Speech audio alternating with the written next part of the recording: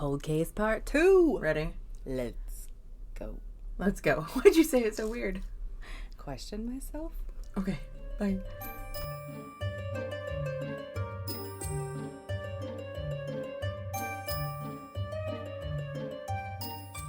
Hello, I'm Ash. And I'm Lynn. And this is Only If You Can Keep Up.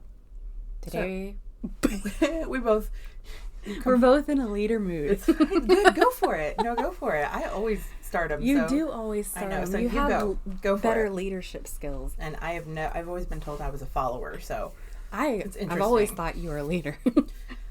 Okay. We're going to share some cold cases that we found interesting. You may have heard them, you may not, but they just kind of caught our attention and got some details on them, but we're also going to talk about like maybe our own thoughts on them. You probably heard some on podcasts or shows like Unsolved Mysteries. The one I did, like I've seen documentaries about, and I think I listened to one podcast about it a long time ago, but I've seen a documentary on like the ID channel about it. Yeah. It's old. Mine's really old, but... Yeah, mine is pretty old. We'll start with, 1976 is when it started. This is the mystery of the Circleville Letters. Mystery of the Circleville Letters. Say that 5 times fast. Right. Mystery of the Circleville Letters. So in Circleville, Ohio, starting in 1976, numerous threatening letters were sent to different residents of the town. And this continued on for nearly 2 decades. So this was not some short-lived mystery. It kept going. Sent to hundreds of residents, local businesses, elected officials, newspapers. These letters would threaten and expose like alleged secrets and scandals of the people around town. I know what you did, but also like threatening to... I already have so many questions. Did everybody receive the same letter? No, they were all different is what it sounded like. And I saw pictures of them. I don't know if they were like the actual letters, but they looked like, because they looked like they were handwritten. But it sounds like each individual received their own personal letters. Hundreds. Yeah. Okay. Maybe even thousands, because this went on for so long. And who the fuck's got time to sit there and write 1,000 letters to the people of the community? Right. And expose secrets? Yeah. For what reason? And who can watch? It reminds me of Bridgerton when... Never mind. But it's like that, like observing and watching everybody and knowing everything and then writing these letters. How are they not being caught observing? Okay, here's my question. I'm sure there's more to the story, right?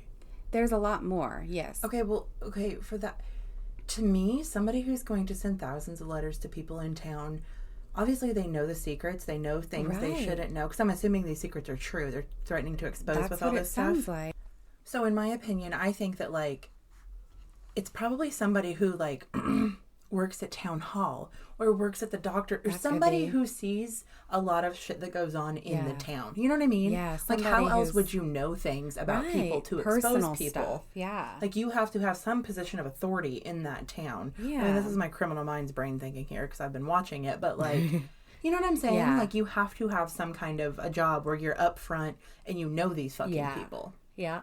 And close enough to hear things and pick up on Exactly. things, but like a fly on the wall, like Lady Whistledown. Who? Lady Whistledown on Bridgerton. Oh my gosh. She's at all the big balls. She hears and sees all, but nobody knows. I've never watched it. I've thought about it, but... That's not normally my type of show, but I got into it. I need to watch it. I've thought about it a few times. It's actually pretty good. Like, it's enough... It's okay, enough anyway, drama we're not going to talk about Bridgerton. But it reminds me of that. Like, it's like a mystery. Like, who's actually writing these things? But this is scary because these are threatening letters. They're not only threatening to expose them, but threatening to kill them sometimes. Threatening to ruin their lives. So there's like murder. Like, I'm going to kill you. Some of them were, yeah. Okay. So sent to, hundreds of residents. Okay, and this is all over. This is newspapers, like I said, businesses, all kinds of things. They came from Columbus, Ohio, which Circleville is near Columbus, I believe, but there was no return address, but they all came from the same area.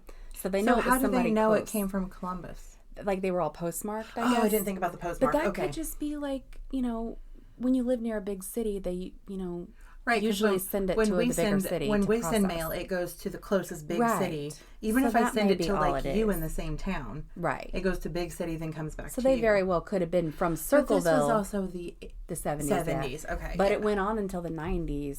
But still, yeah. Okay, gotcha. But knowing that they were close. They lived somewhere close. But it started mostly with a school bus driver named Mary Gillespie. And then there was a school superintendent, also Gordon Massey. They were accused of having an affair. Each of them received tons of letters. So I'm going to read one that I found online that was written to Mary Gillespie, because there are like you can go and see these letters Just online. Google them. Yeah. Yeah. And it looks like I assume they're real. Like they must. I'm not sure, but I'm going to go ahead and say that they are. But this first one, Mrs. Gillespie. Stay away from Massey. Massey is a superintendent. They were accused of having an affair, right? Okay.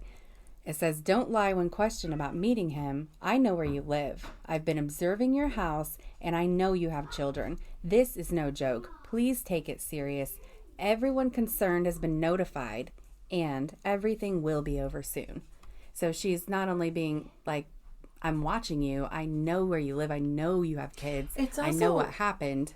It's also kind of cryptic in a way. Yeah, very cryptic. And if you look at the letters, you'll see there's a lot of misspells. There's things that are worded wrong. And the letters themselves, they're like big, long, tall, boxy writing. Yeah. Like they picked a style of writing to go, things are circled. Like big words, very cryptic. The one I just read said something about your husband's a pig. And they circled pig like 3 times. Yeah. Maybe that's because it has dual meaning. Then later on, they underlined a word like 3 times. So it's like they're re-reviewing. Yeah. And you know what I mean? Because as you're writing, you don't necessarily circle right away. Like, you go back I need to put emphasis on this exactly. word. Yeah. So it's really weird. But the fact that there are so many misspells and so many like strange wording. Is that on purpose though? Right. Maybe it's on purpose, or maybe they're just not an intelligent person. Maybe they're trying to look unintelligent, because if they are someone higher up, someone connected to, you know. And I'm assuming the way the writing is, nobody writes like that. Right. So they're doing that on purpose. Yeah. Maybe to look, like hide their handwriting. Right. Like they picked a style. Yeah. So my brain, if they have to hide their handwriting,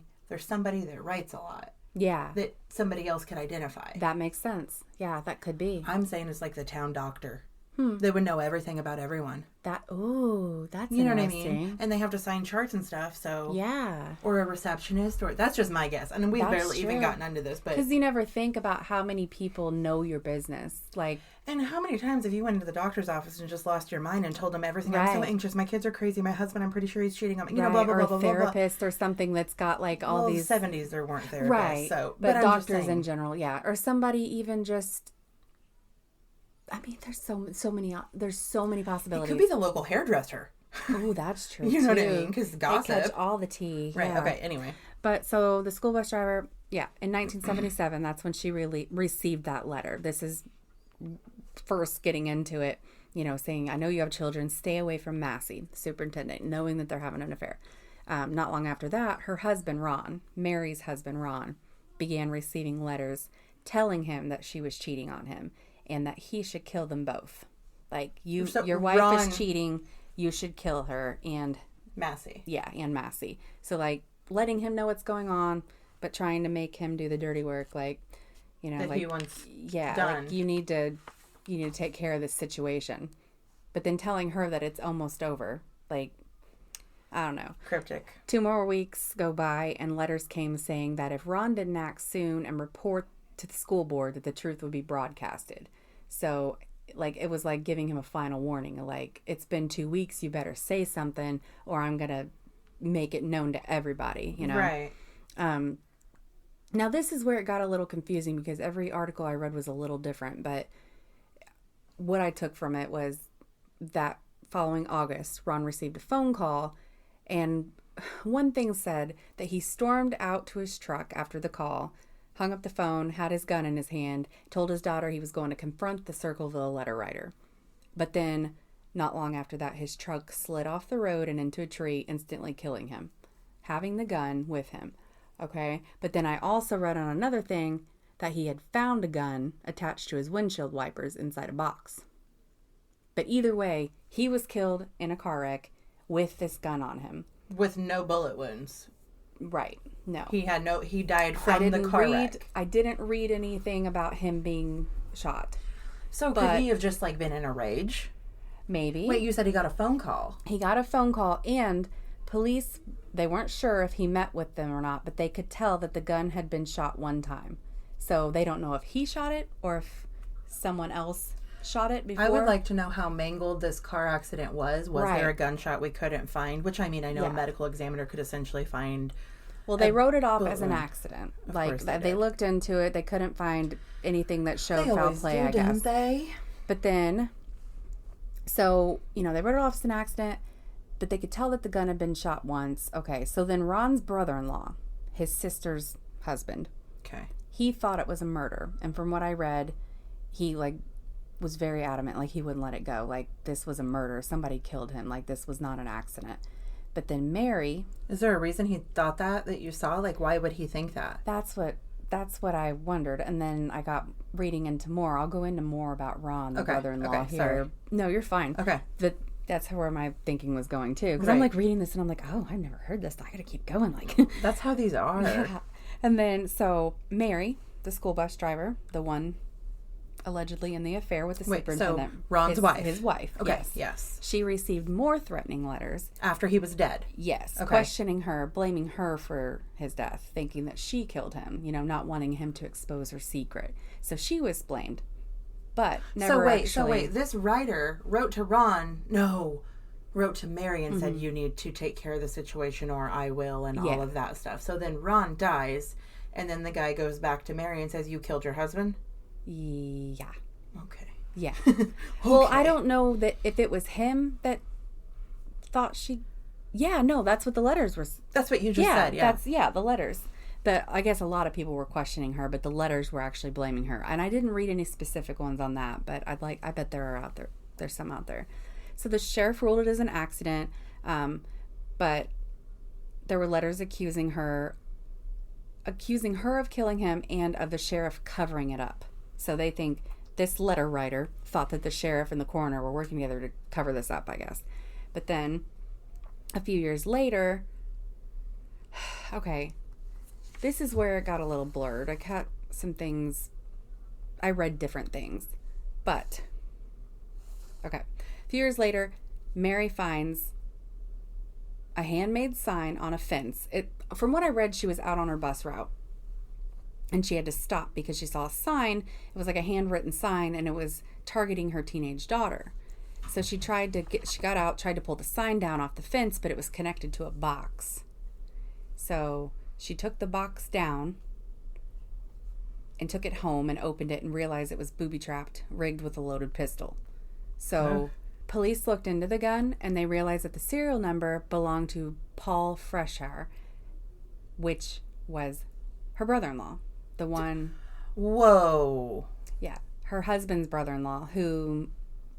Paul was the one that was saying this was a murder. Was her fault, or this was, someone's fault. This wasn't an accident. This was a murder, not an accident. But the gun, the serial number belonged to Paul, his brother-in-law.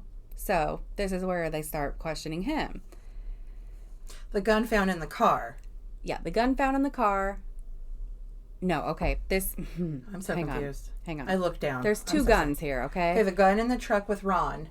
Yes. And then the gun. And this is where I said I get blurred, because there's two gun stories, and I don't know if they both belong to him or if just the one that Mary found belonged to him. Okay. So the one Mary found is the one we're talking about now. Yes. Okay. There was a gun in the car with Paul when he died. Yes. And there was a gun that Mary found booby-trapped with a loaded pistol. Yes. That was, that almost killed her. Had she not, she would have been dead too. They were trying to kill her. But police found the serial number to that gun belonged to Paul, her late husband's brother-in-law. His wife, Karen, admitted that it was Paul, was trying to take him down. They were going through a divorce. She had a new boyfriend at the time. This is where I start questioning Karen. Karen's the sister. Would be the sister, yeah. Okay. So she said, we're going through a divorce. I found letters hidden all over the house. It's Paul. Paul did it. Paul wrote these letters. Paul is brought into question, whatever. So she thinks Paul is the letter writer to the whole town. Mm-hmm. Okay. Yeah. Paul's wife, the brother-in-law's wife. Right. Which is... his sister. Yeah. Mary's you said sister-in-law. That weird. Right. It gets confusing. There's so many. It really does. But she's trying to put the blame on her husband. Okay. But mind you, they're going through divorce. She's got a new boyfriend.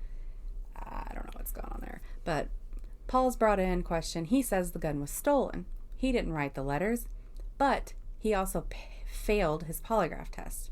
Which means nothing. Right. Yeah. It means nothing. In He the could have court been of nervous. law He could have been anymore, like, at right. all. But he, said he didn't do any of this. This was not him.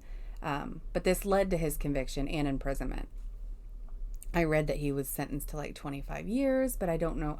I don't think he served that much because I think he got out in the 90s. Well, this is the 70s, We'll find this so out. Yeah. So that would be 20 years. It was pretty long though, yeah. I don't know if it was quite 25 years. So he got in trouble for...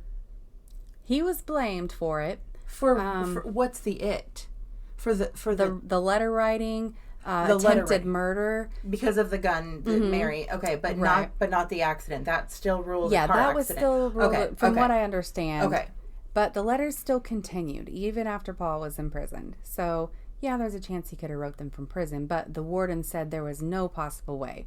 No possible way under his watch. Mail. They always have. Not only were they checking mail, but they would not allow him, because he's in there for this, they're not going to allow him any access to pen and paper. Right. I know there's ways to sneak things, but the warden was certain Paul was not writing these letters. There's ways to sneak things, but not hundreds and hundreds of letters. Right. And then, once again, if you're locked in a prison, you're not going to know what Betty and Frank did down the street and write them letters and say, you better, you know what I mean? Like, he's in prison. Exactly. And then what's strange is Paul even received a letter himself while he was in prison. So is he going to write that to himself? Maybe. Yeah, but I doubt. I don't think he did it. Yeah, I don't think he's the writer. I don't either. So people did start wondering if it was Karen, or maybe it was Karen Sue. Karen Sue was her name, because she had the new boyfriend. They were divorced. Maybe she had it out for Ron. She was Karen the sister. Was the letter writer. Yeah, so some thought Karen was the letter writer. Okay. But I don't think she was ever actually convicted or brought, like, they may have questioned her, but I didn't see anything on that they took it seriously. But, what I read, the mystery continued until 1993. Well, it went on even longer, but 1993, Unsolved Mysteries actually came to investigate. And Unsolved Mysteries received a letter as well. Threatening, what? Yeah. Like the show they sent a letter to that old man. From what I read, the showrunners, I guess, received a letter saying that they would pay if they tried to look into this. I don't know what was found with them. I don't think it was ever solved, obviously, but I don't know if they ever actually did it, if they covered it or not. But that's what I read, that they were threatened not to look into it. Right. The letters finally did stop in 1994. Now, this was the same year that Paul was released from prison, so that's strange. I don't know. But no one ever truly figured out who it was. And then further in, later in the 90s, I believe, there was a new suspect, Thomas Lee Dillon. He actually claimed responsibility, said that he had a history there and that he wrote them, but he was never charged. I guess it didn't line up. And then in 2006, there was a former cop. His last name was Renner. He found it was a former superintendent who had been fired, and I guess he thought he held a grudge. And I believe his name was Dwight Bowen. And this former cop in 2006 tried to look into this guy. Thought that he maybe knew being a superintendent, being connected, knowing people, holding a grudge, like disgruntled employee type of thing. But he died just a couple years later, so they weren't ever really able to look into that either. It's like tons of ideas here, but nobody ever actually figured it out. And there was also... somewhere in there, I don't remember the year, and I didn't catch that, but there was another school official that was actually killed in a car wreck. That wasn't Ron. Yeah, not Ron. There was somebody else, but I didn't catch the details on that one. But there was other stuff involved in there that I really could have dug a lot deeper and gotten more. But they know that it was someone with a vendetta against the town, like the town itself. This sounds like kind of a small town, lots of personal... But everything you just said was just one single story. So did this happen to other people that had nothing to do with Ron and Karen? And it was everybody, yeah. It sounds like most focused on was them because they were the most, like, publicly known. Is that storm? That is your phone. No, I don't know. That was a vibration, baby. Pharmacy. That was the pharmacy. I thought it was a storm warning. Really that was really long. But no, like you said, this is the whole town. But this is just one story from the whole town. It seems to have started with them. But, okay. But the fact that they said different businesses and different officials and all that, but they were all related to the same school. So. After all of that happened, after Ron was killed and Paul was imprisoned and Karen, we thought it was Karen and all that stuff. After this is when everyone else randomly started getting different letters? Well, it sounds like people were always getting letters. Maybe these were just the most severe of them or the ones that caught the most attention. I'm not sure. This was the story I found on everything. But it sounds like hundreds of people got letters, just like threatening to expose them or telling them different things about people in town. But it seems like they were the main focus. So it's like it had to be somebody involved with the school or because that's 2 school employees in their family. I have so many questions. I know. And when I look at different links, different articles, things don't always line up. So that's where I got confused. Like the story was a little different here and a little different there. But it always comes back to those few people is what I was finding stuff on. Okay, so we just looked up because I was so confused. Like I'm a true crime. I like the true crime. And what it is this is the story that started it. It started with this. The initial focus exactly was with Mary all Gillespie. of this stuff happened, and then after that the writer moved on to somebody else, and then somebody else, and then somebody else, and then I think some of them started intertwining, like he was writing to him and him at the same time. And I think maybe because that one was probably true, or it sounded like it was true, maybe was the biggest focus. That's just what a lot of it was started fiction. Like when it got further in after all that, he wrote. I think it said close to 1,000 letters. Yeah, that's what I just read too. Yeah. But these were things that didn't seem true to a lot of people. So it was like they were talking about the letters would talk about corruption, embezzlement, domestic violence, affairs, and even like murder, things that didn't always line up. So like after Mary Gillespie, it was almost like they started making up things just to get people involved and probably scared. Because it was probably like one of those highs he had because he did all this stuff with this one family. Like, oh, look how far this got. Because essentially it was a whole family. It was a husband, a wife, a brother-in-law, sister's boyfriend. So it was one family.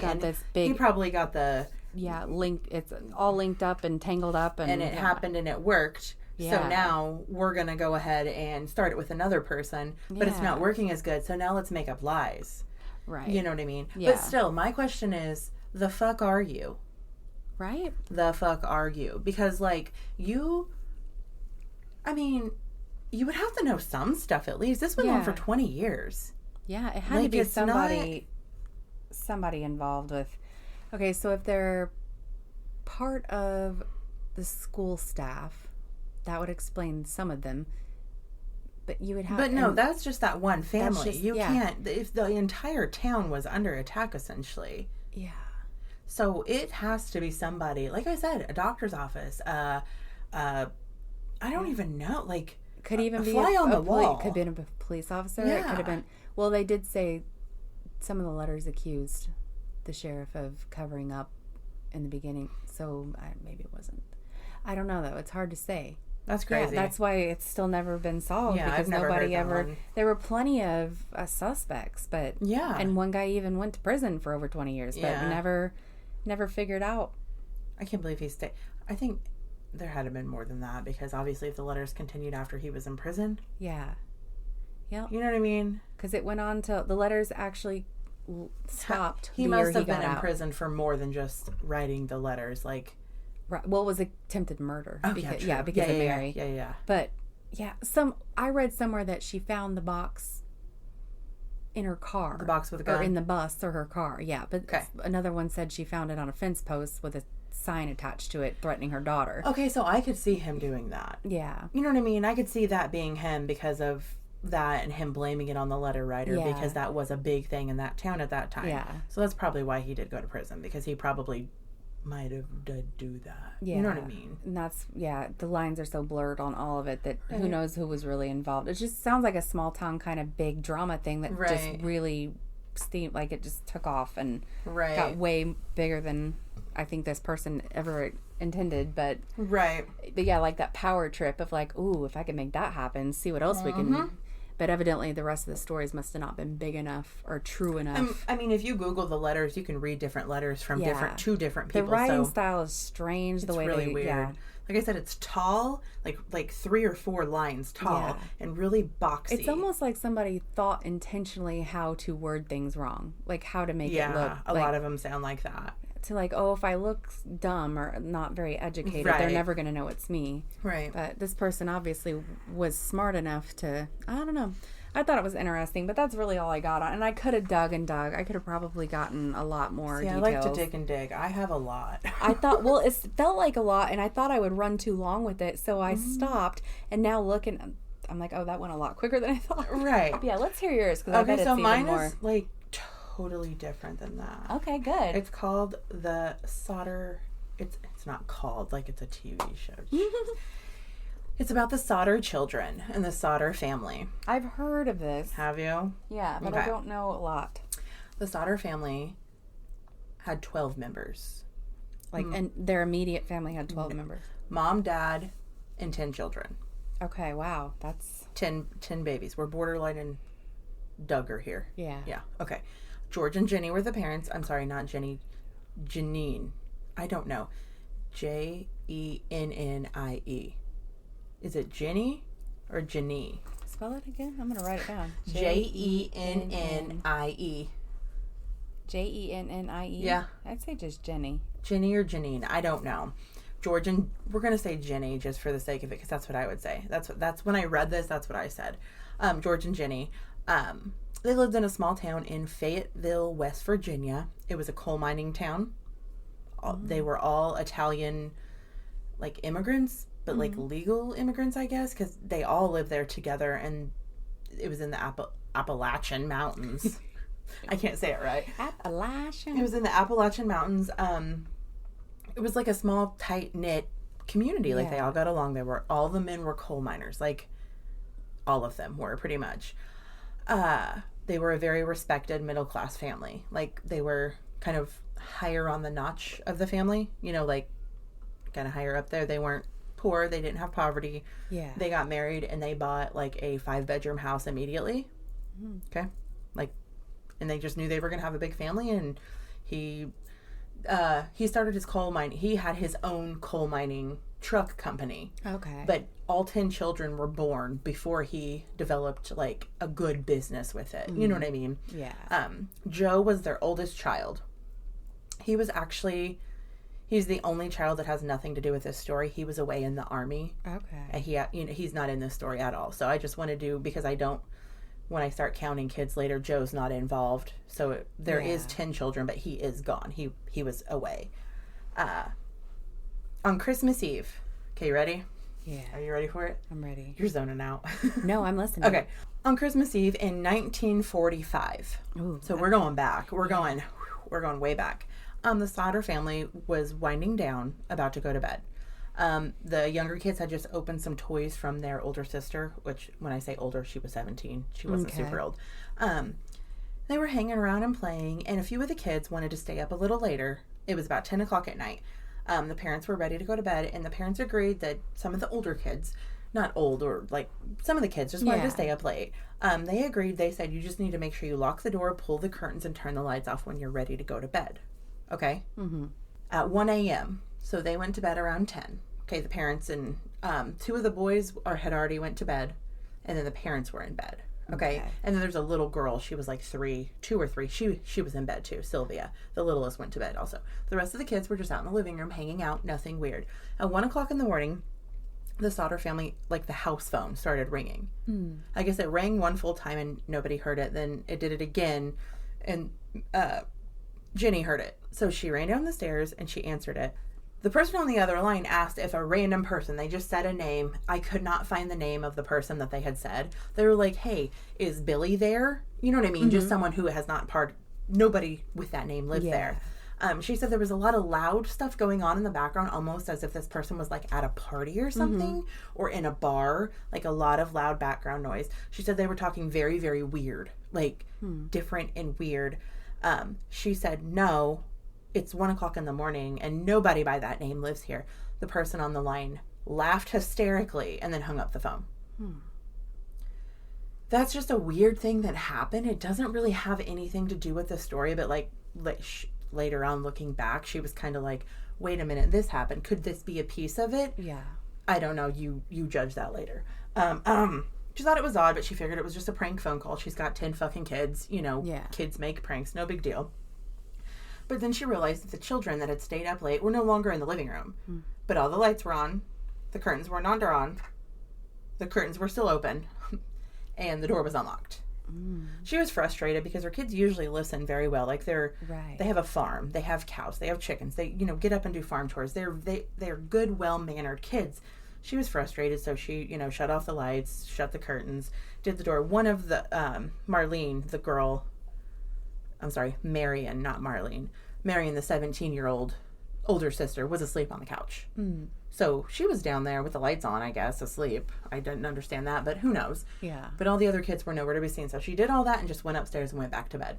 Just thought, okay, whatever. Kids are kids, About a half an hour later, she woke up. She woke up abruptly by what she described to be a rubber ball pounding onto the roof.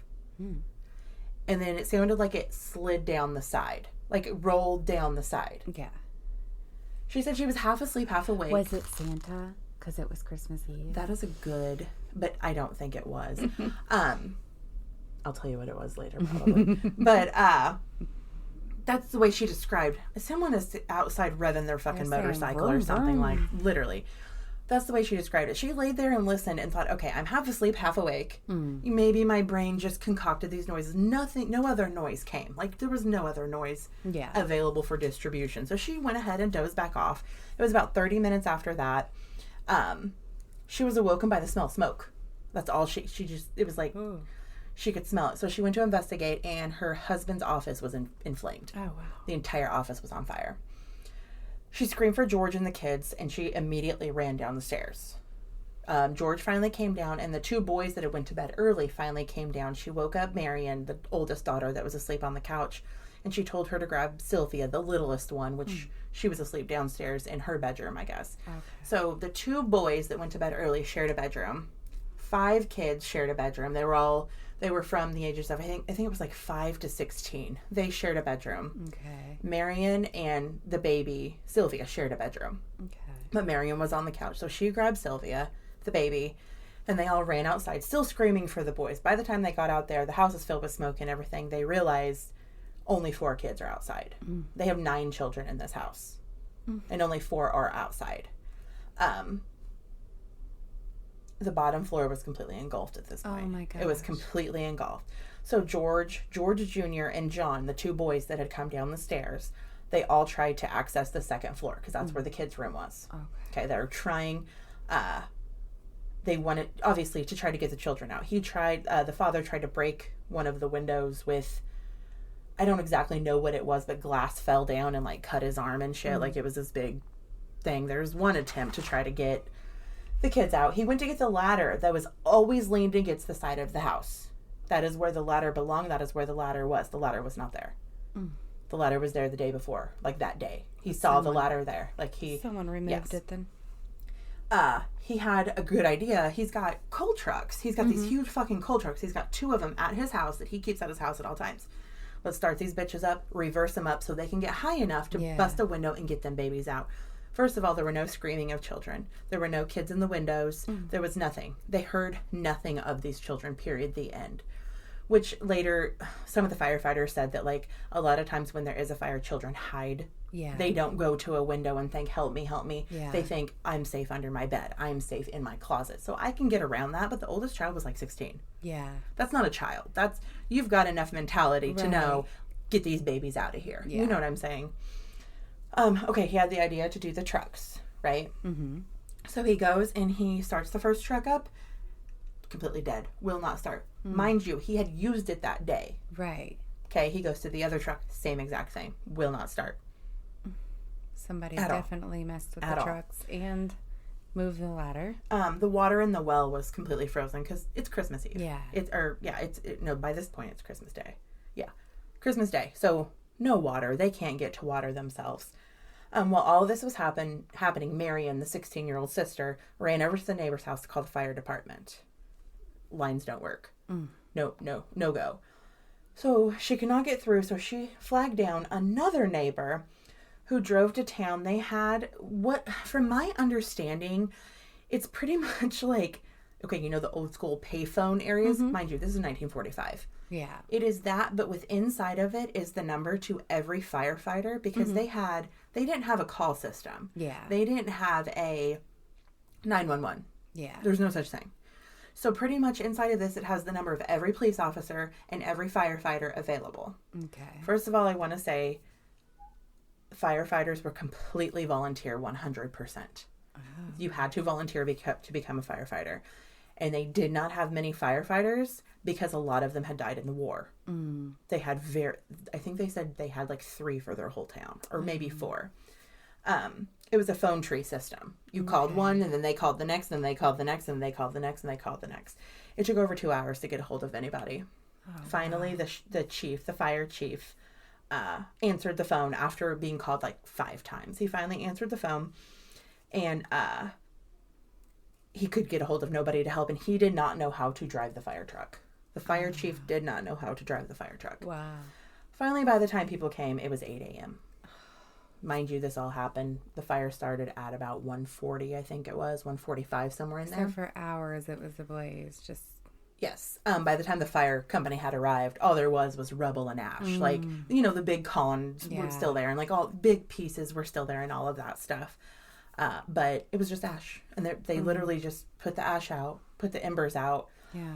There was a man who was several people saw him running away in solid black from the back of the house with like a briefcase, is what they said. Later on, they found the man and they interrogated him, and he admitted to stealing from them, but he had nothing to do with the fire at all, like whatsoever at all, nothing to do with the fire. The police chief came, obviously, and they did a brief examination, walked around, you know, and it was his understanding. He said, I'm going to say it's faulty wiring. The next day, they actually had a court, like a trial pretty much, and it was like all the people came and determined what had happened so they could rule it as whatever it was. George and Jenny, both swore that it was not at all faulty wiring. He had just had a company come out the week before to check the wiring, which he did often because 1945. That's the thing they did often back then. Electric company comes to check just as often as you get milk on your porch. You know what I mean? It was fine. The lights had remained on inside of the house almost the entire time the fire was burning. Yeah. If it's faulty wiring, those lights wouldn't be on at all. Something would have, yeah. Exactly. The phone line was cut 14 feet off of the ground at the top of the pole. Wow. So later on, also, the ladder that was leaning against the side of the building was also found 45 feet away from the house in an embankment. Oh, wow. I'm sorry, 75 feet away from the house, not 45. So someone definitely took the ladder, and the phone line had to have been cut after that call was made. 14 feet off the ground. Wow. So some people think somebody took the ladder, landed against the phone pole, cut the wire. Yeah. Because why else? And then threw it, walked it. Because 75 feet is a very long time, right? Yeah. They re-examined everything, blah, blah, blah, and they decided that it's not faulty wiring. They ruled it as an accident. A complete accident. Wow. So 4 children came out of the home. 5 children were essentially burned alive inside the home. Correct? Wow. Are you ready for the twist? I like it. Absolutely no remains were found of the 5 children. Oh, wow. Not a bone, not a tooth, nothing. What in the world? Nothing was found of them. Absolutely nothing. The police told the Sodders that they were simply cremated within the fire. Okay. They didn't believe them, obviously. They're not dumb. They believed with everything in their soul that their 5 children were kidnapped. Yeah. The way the door was unlocked. Yeah. And they were all, they're very well-behaved children, and they did not shut the door, turn the curtains off, but the parents had went to bed. They thought that they were kidnapped. Like, who else, how else, 2 years after the fire, 2 years, the Sodders commissioned a report from an Ohio crematorium.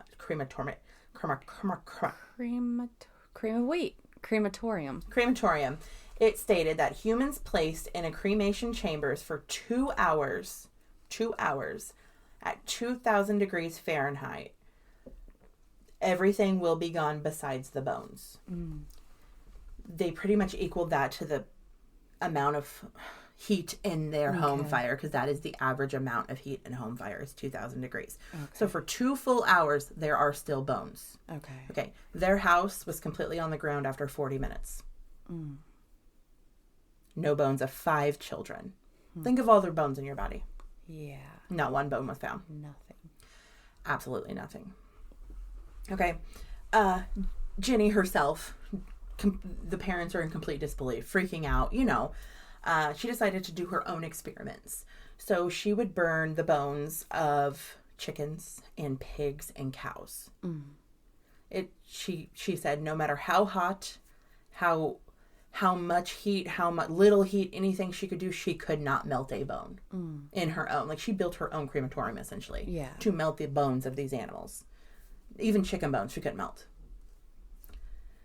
They tried to get the FBI to come and help, and they said pretty much this is a town matter. We're they're doing the big wigs. You know what I mean? They're not doing little bitty small things. 5 years later, the Sodders had hired a pathologist to excavate, not evacuate, excavate and examine the scene, come and bones and all of that stuff. Well, 2 weeks after the house had burnt down, George had decided to completely take his tractor and build a garden for the memory of his children. Like, he excavated, he pushed it all out, dug it all in, blah, blah, blah, blah, blah. They found 1 vertebrae bone, but the bone was said to be found. I'm assuming they got DNA from well within the bone. It was from a person from a cemetery. Not far, but when he brought all that dirt in, stuff got stirred exactly up, so they did find 1 vertebrae in all of this. That's it. Nothing, not a sign of any kind of, this is 5 years later, but still they're like, they completely dug holes to find stuff. Nothing was found. Absolutely nothing. The Sodders decided to put up a massive billboard where that house sit. And I mean massive. You can go look it up now. The pictures are kind of blurry because this is the 40s, you know. It's so fucking sad, dude. The billboard said, what was their fate? Kidnapped, murdered, or are they still alive? It had every detail about that night on the billboard. And it asked why there was no odor of burning flesh. Where are my children's bones at? Help find proof, It had all 5 children's photo on it.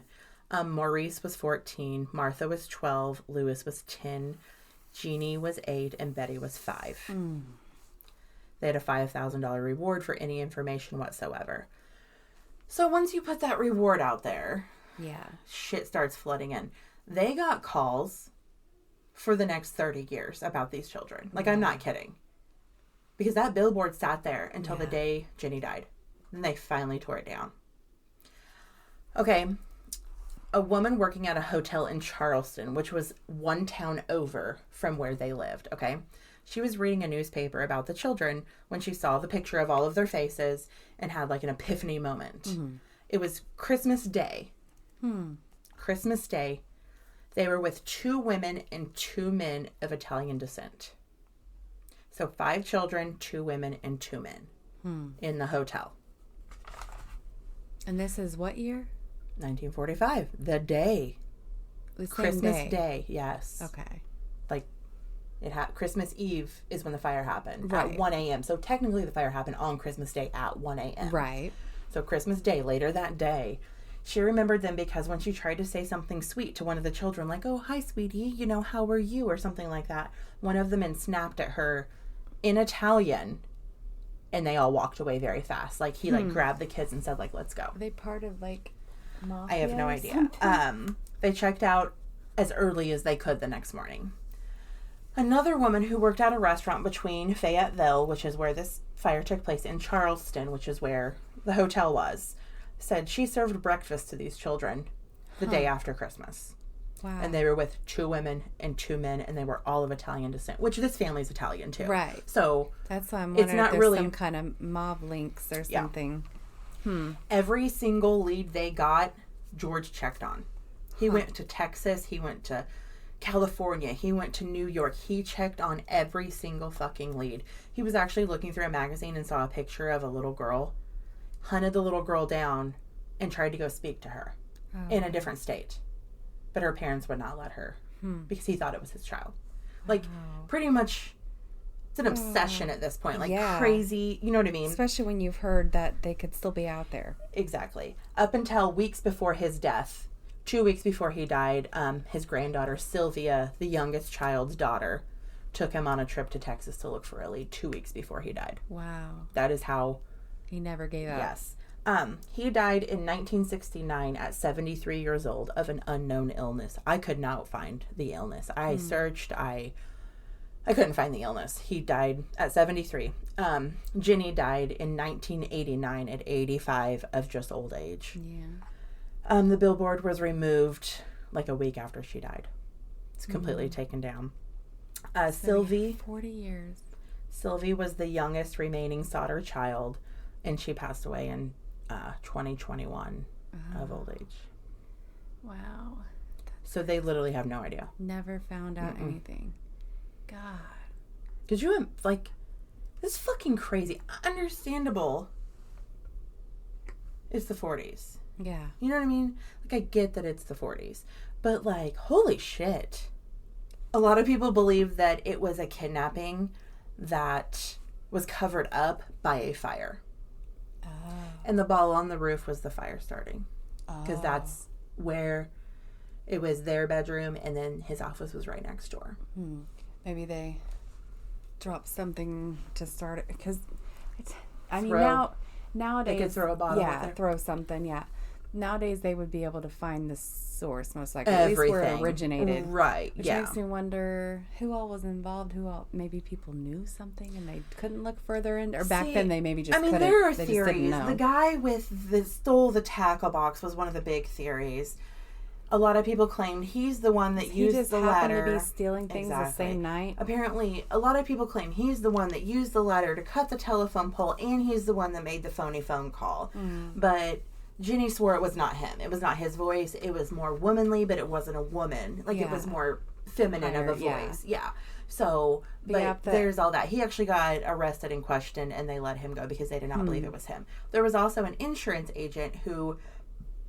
George refused to put the amount of insurance on the home that the insurance agent wanted, and the insurance agent actually said, I'm going to burn or what if your house burns down and all your children die inside? Oh, wow. So there was that. And he was also on the council of the trial they had to go to determine what was the cause of the house, and when they ruled it accidental. There's that guy. Apparently George was kind of a superior with an attitude. I wondered. So a lot of people think his attitude could have caused someone to do this. But if you really want to look at it, they could have just burned in the house. Yeah. I mean, I don't know.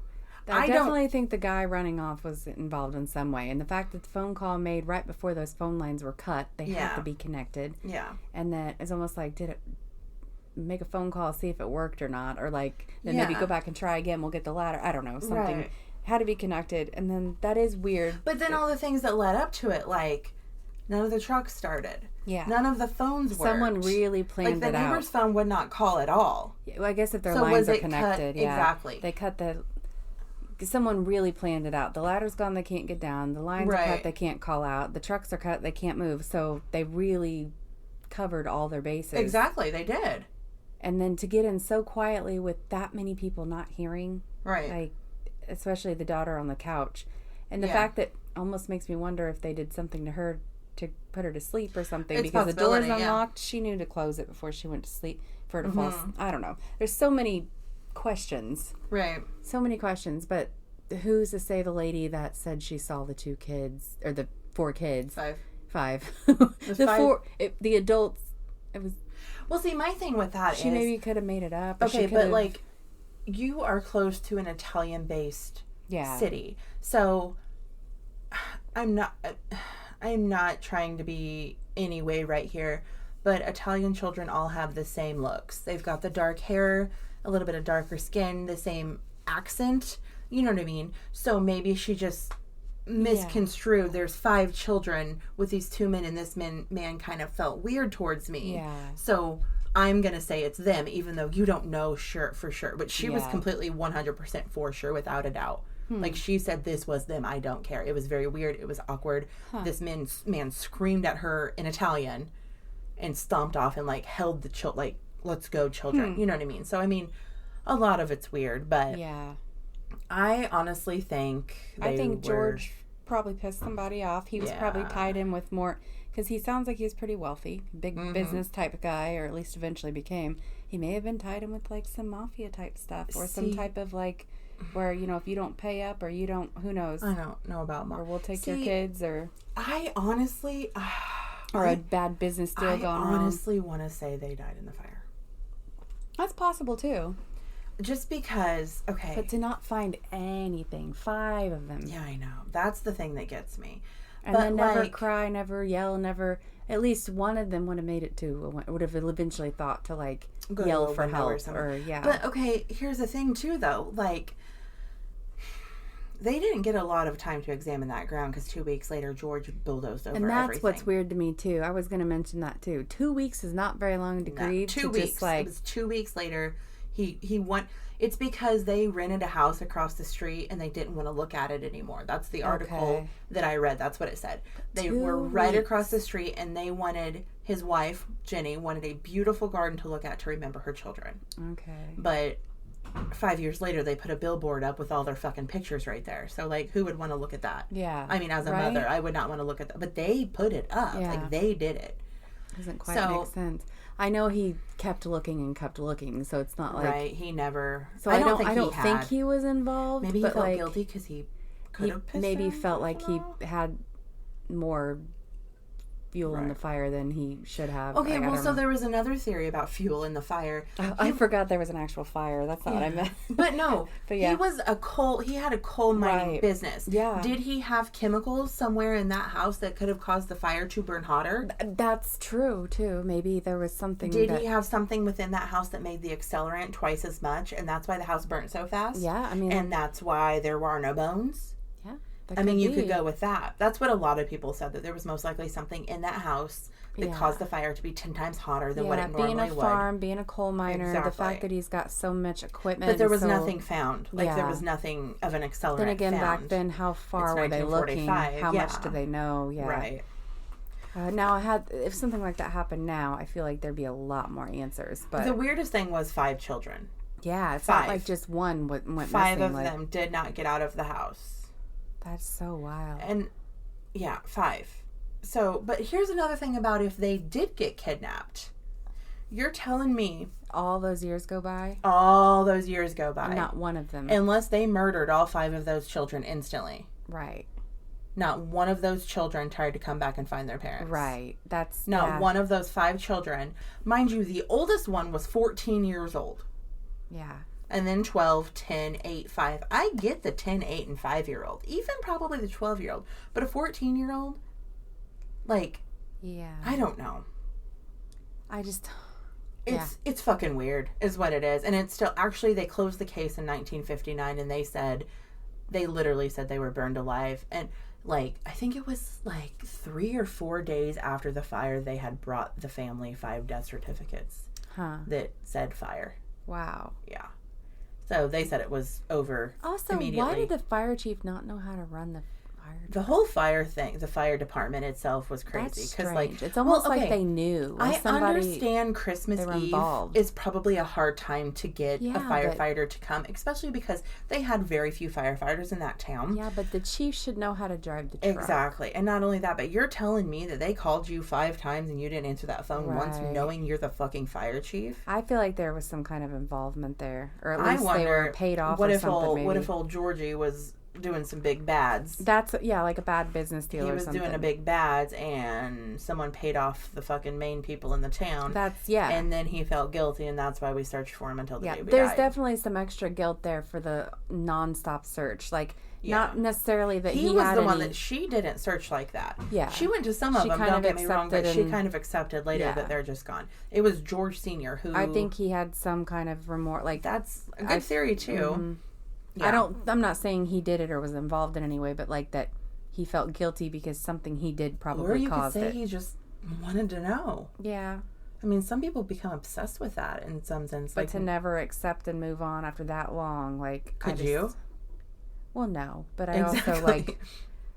I still feel like he had something, like... Yeah. I feel like a bad business deal or a bad... The way it sounds like he was pretty well-to-do and he was involved with a lot of people and, like... He seemed kind of like an ass. Yeah. I mean, I never saw that. It just said that he had great comebacks and he always, you know, had the upper hand and everything. And you know what I mean? Kind of like that dick that runs the coal mine. Yeah. But I don't know, though. You know, obviously I don't know. I wasn't around back in the 40s, too. But yeah.